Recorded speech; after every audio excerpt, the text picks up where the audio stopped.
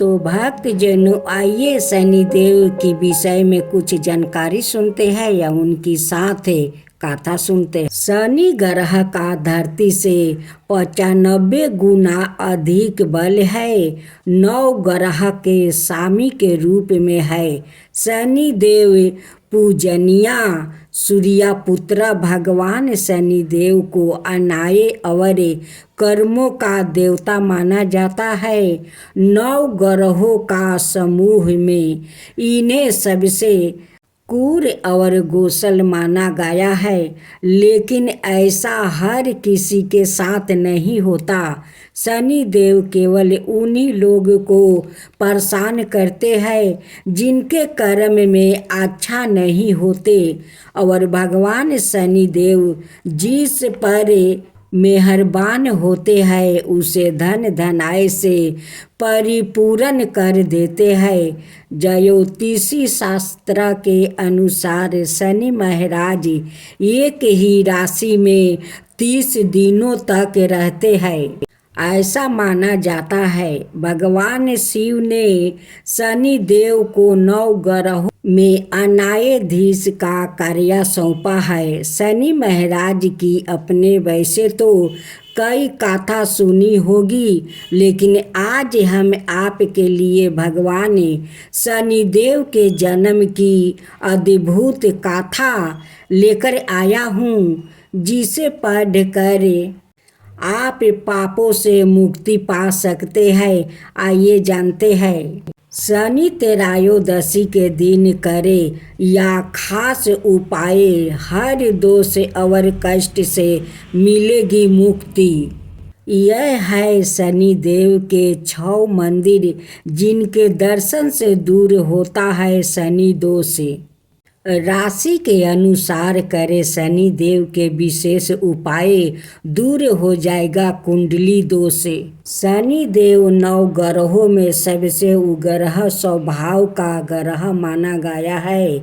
वही भगवान भोलेनाथ ने उन्हें अन्याय के देवता की उपाधि दी है। ज्योतिषी शास्त्र के अनुसार कुंडली में शनि भारी हो तो जीवन में उथल पुथल मच जाता है, लेकिन शनि देव जिस पर प्रसन्न हो जाए उसके भाग्य खुल जाता है। शनि देव को प्रसन्न करने के लिए शनिवार के दिन व्रत रखना शुभ माना गया है। जो लोग शनिवार का व्रत करते हैं उनको पूजा के समय शनिवार व्रत कथा का श्रवण करना चाहिए। शनिवार व्रत कथा के पाठन से शनि दोष और साढ़े सती ढाई के प्रभाव कम होता है। अब कथा सुनते हैं। एक बार सभी ग्रहों में सर्वश्रेष्ठ होने को लेकर विवाद हो गया। जब समस्या का हाल नहीं निकला तो सूर्य, चंद्रमा, मंगल, बुध, गुरु, शुक्र, शनि, राहुल और केतु इंद्र देव के पास गए। इंद्र देव भी इसका निर्णय नहीं कर पाए। फिर सभी ग्रह इंद्र देव के कहने पर पृथ्वी पर अन्याय प्रिया राजा विक्रमादित्य के पास पहुँचे।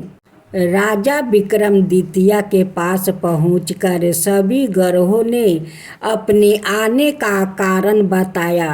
राजा विक्रमादित्य ने काफ़ी सोच विचार के बाद में 9 धातु स्वर्ण, रजत, कांसा, पीतल, सीसा, रंगा, जस्ता, अब्रक और लोहे से सिंहासन बनवाए। धातुओं के गुणों के अनुसार उन्हें कर्मानुसार रखवा दिया। फिर ग्रहों से अपने अपने सिंहासन पर बैठने को कहा और बोले कि जो सबसे पहले बैठेगा वही श्रेष्ठ होगा। राजा विक्रमादित्य के निर्णय को सुनकर शनिदेव क्रोधित हो गए, क्योंकि उनका आसान लोहा सबसे आखिरी में रखा था। सवाए को सबसे छोटा जानकर वो नाराज हो गया। शनिदेव ने चेतावनी का अंदाज में कहा कि राजा, आपने मेरा अपमान किया है। आप मेरी शक्तियों से परिचित नहीं है। शनि की महादशा में व्याकृत का सर्वनाश हो जाता है। शनि देव क्रोध में राजा की सभा से चले गए, लेकिन कुछ दिन बाद राजा विक्रमादित्य पर शनि की महादशा शुरू हो गई। शनि देव घोड़ा का व्यापारी बनकर उनके राज्य में आया। राजा विक्रमादित्य उनके घोड़ा खरीदने का आदेश दिया।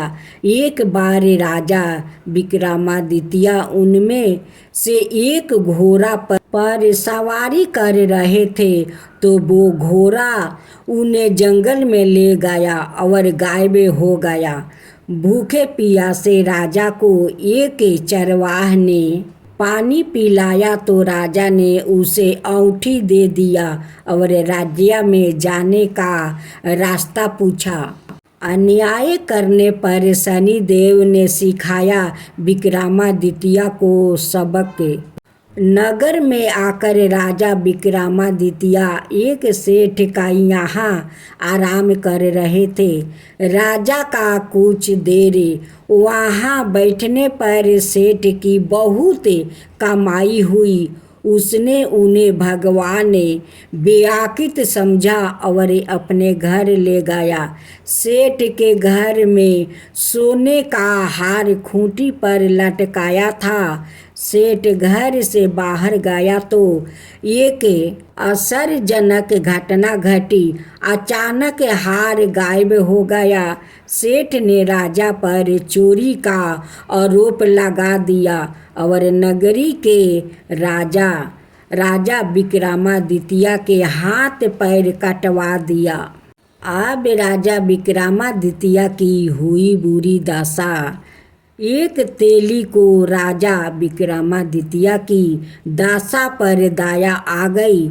इसके बाद राजा विक्रमादित्य पर शनि की महादशा खत्म हो गई थी। वर्षों ऋतु में वो मल्हार गा रहे थे। उस राज्य की राजकुमारी मनभावनी ने राजा के मेघ मल्हार सुनकर मोहित हो गई और उसे विवाह करने की जिद करने लगी। उस राज्य के राजा ने बेटी की विवाह राजा विक्रमादित्य से करवा दिया। वो दोनों तेली के घर में रहने लगे। अब विक्रमादित्य शनिदेव से मांगी क्षमा। एक रात शनिदेव ने राजा विक्रमादित्य को सपने में दर्शन दिया और कहा कि तुमने मुझे छोटा कहने का परिणाम देख लिया।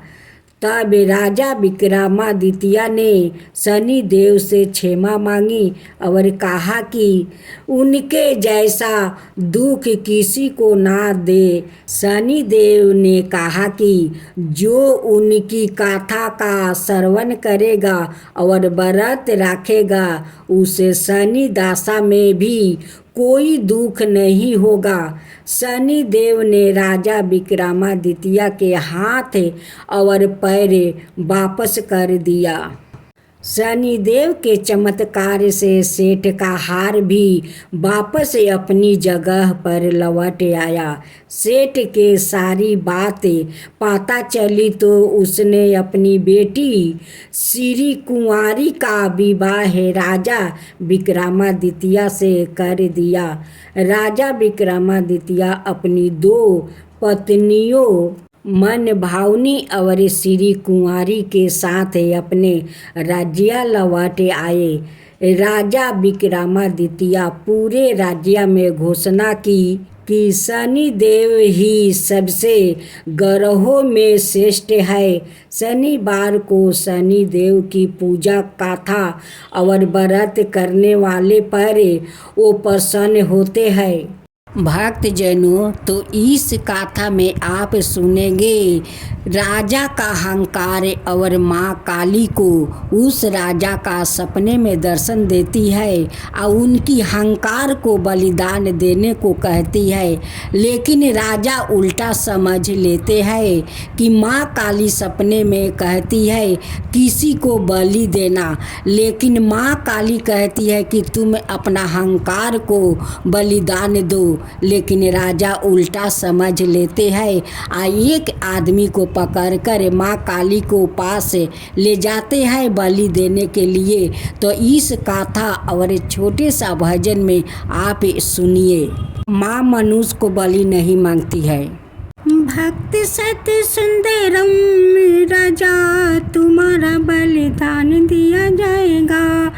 भक्त सत्य शिव सुंदरम राजा, तलवार उठा कर जय काली। संसार में हाहाकार मच गया, कोई रोने लगा, कोई भागने लगा, कोई आँख बंद करके बैठ गया, कोई चिल्लाने लगा, कोई मूर्छित हो गया, और कोई राजा को गालियाँ देने लगा।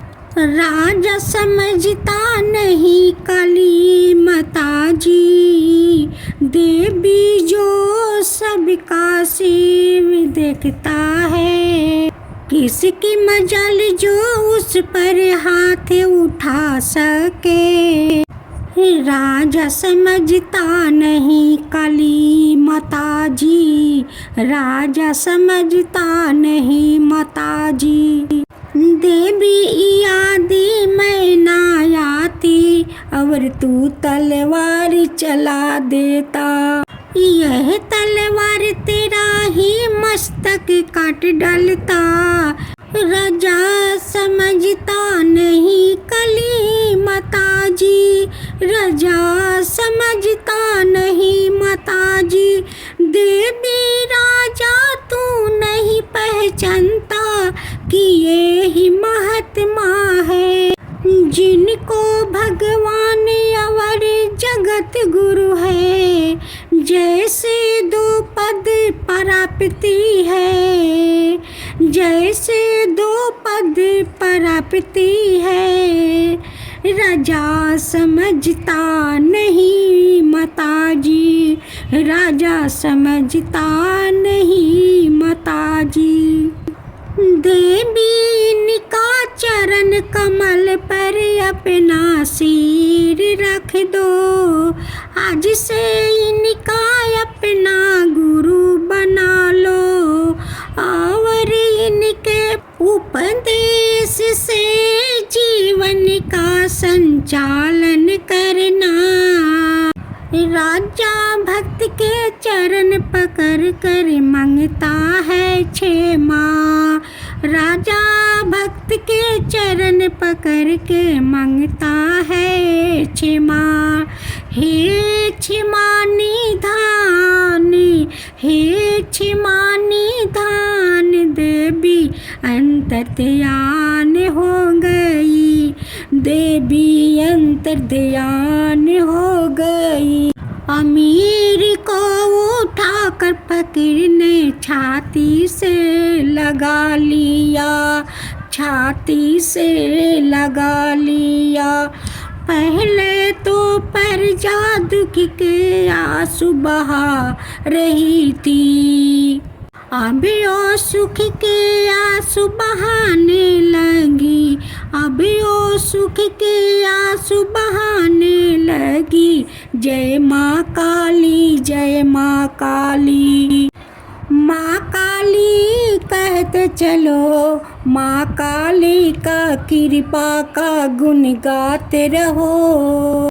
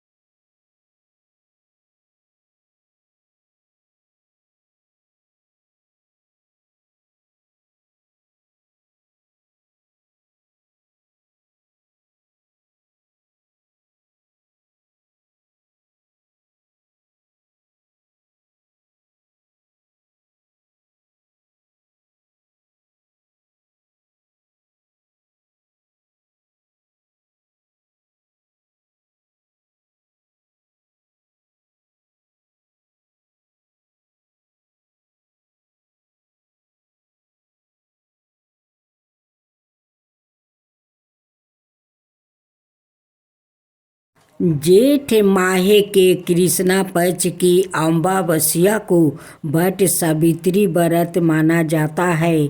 इसमें सत्यावन सावित्री और यमराज की पूजा की जाती है। यह व्रत रखने वाली महिलाओं का सुहाग अटल रहता है। ऐसी मान्यता है कि सावित्री ने इसी व्रत के प्रभाव से अपने मृत्यु पति सत्यावन को धर्मराज से भी जीत लिया था। इस व्रत के 3 दिन पूर्व एक लकड़ी के पाट पर लाल कपड़ा बिछाकर प्रतीक रूप में शुद्ध मिट्टी से सावित्री सत्यावन और भैंसे पर सवार यमराज की प्रतिमा बनाकर स्थापित करे। व्रत के दिन प्रातः काल वट वृक्ष की एक डाल लाकर किसी मिट्टी के गमले में लगाए और पूजन जल चंदन रोली अक्षत पुष्पा फूल धूप दीप आदि से करने के उपरांत सती सावित्री नाम और यम धर्मराज नाम मंत्र का जप एक माला करे। फिर कच्चे सूता यह मोली को वृक्ष की डाली में बांधे 7 फेरे लेकर सावित्री सत्यवान का कथा कहे।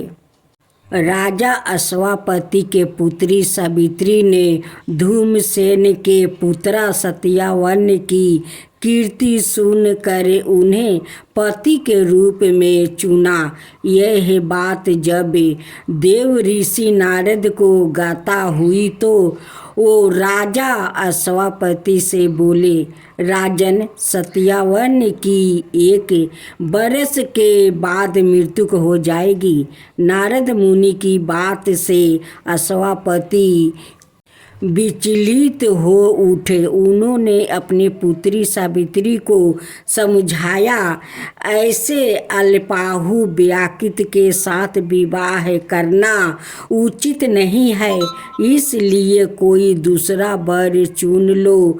लेकिन सावित्री ने इनकार कर दिया। सावित्री का विवाह सत्यावन से हो गया। सावित्री ने नारद जी से सत्यावन की मृत्यु का समय मालूम कर लिया।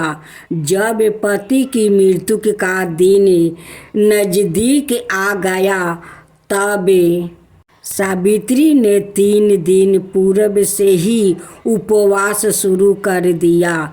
मृत्यु वाले दिन सत्यावन ने अपने समय पर लकड़ी काटने के लिए जब चला तो सावित्री भी साथ चली। जंगल में पहुँच कर लकड़ी काटते समय सत्यावन की मृत्यु हो गई। सावित्री ने उसी समय दक्षिण से भैंस पर यमराज को आते देखा।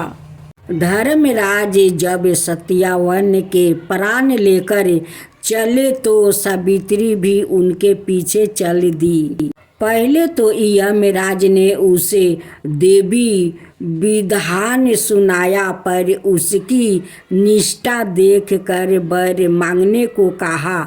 सावित्री बोली, मेरे सास ससुर ने नेत्रहीन है, आप उन्हें रोशनी प्रदान करें। यमराज ने कहा, ऐसा ही होगा, अब लौट जाओ। लेकिन सावित्री नहीं लौटी। यह देख यमराज ने फिर वर मांगने को कहा।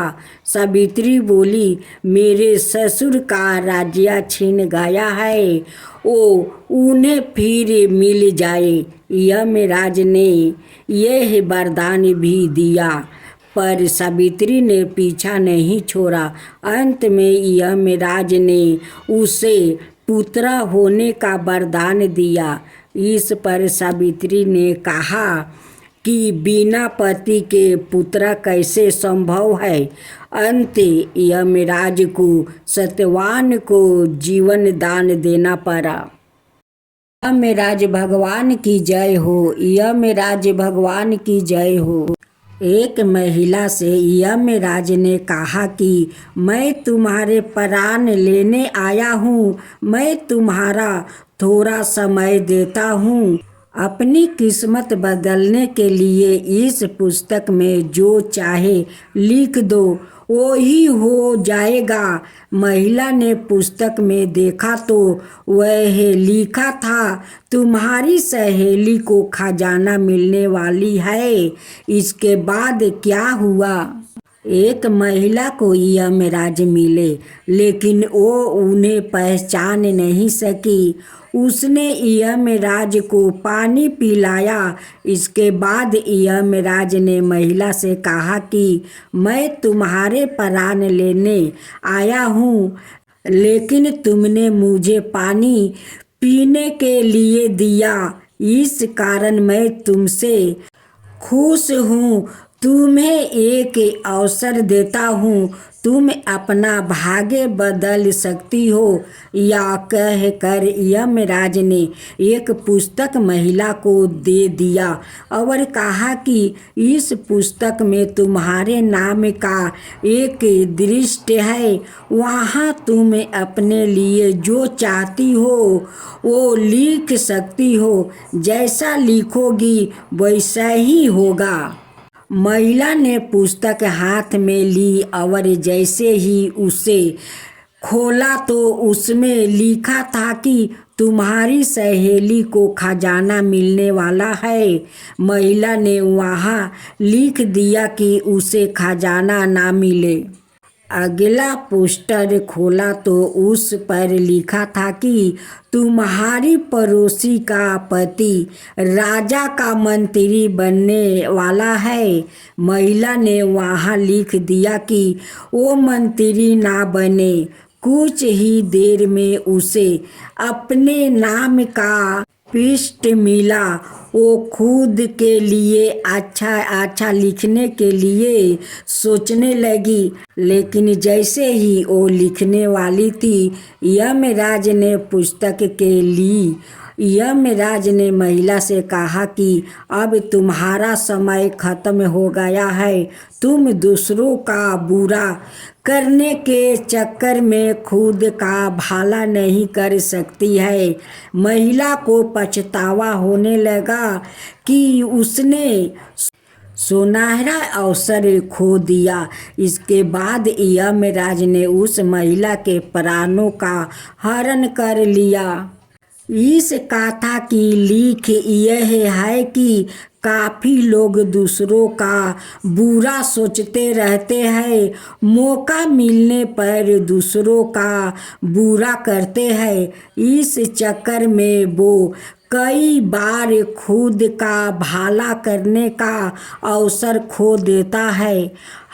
हम दूसरों का भला ना कर सके तो कम से कम किसी का बुरा भी नहीं करना चाहिए, यही सच्ची मानवता है।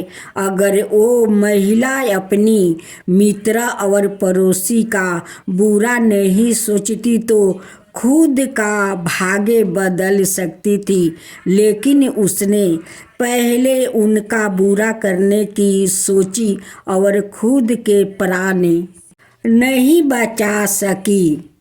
शनिदेव की जय हो, शनिदेव की जय हो। पौराणिक कथाओं में बताया गया है कि शनि महाराज भगवान सूर्य और उनकी दूसरी पत्नी छाया के पुत्र है। बताया जाता है कि एक बार गुस्से में सूर्य देव ने अपने ही पुत्र शनि को श्राप देकर उनके घर को जला दिया था। इसके बाद सूर्य को मनाने के लिए शनि ने काले तिल से अपने पिता सूर्य की पूजा की तो वो प्रसन्न हुए।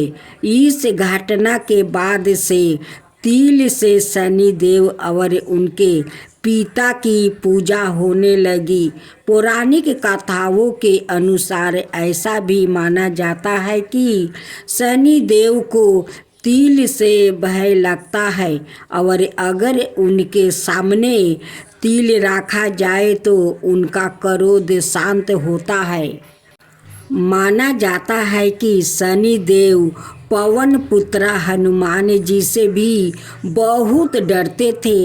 इसलिए ऐसा कहा जाता है कि हनुमान जी के दर्शन और उनकी भक्ति करने से शनि के सभी दोष समाप्त हो जाते हैं। जो लोग हनुमान जी की नियमित रूप से पूजा करते हैं उन पर शनि की अग्रह दशा का खास प्रभाव नहीं पड़ता है।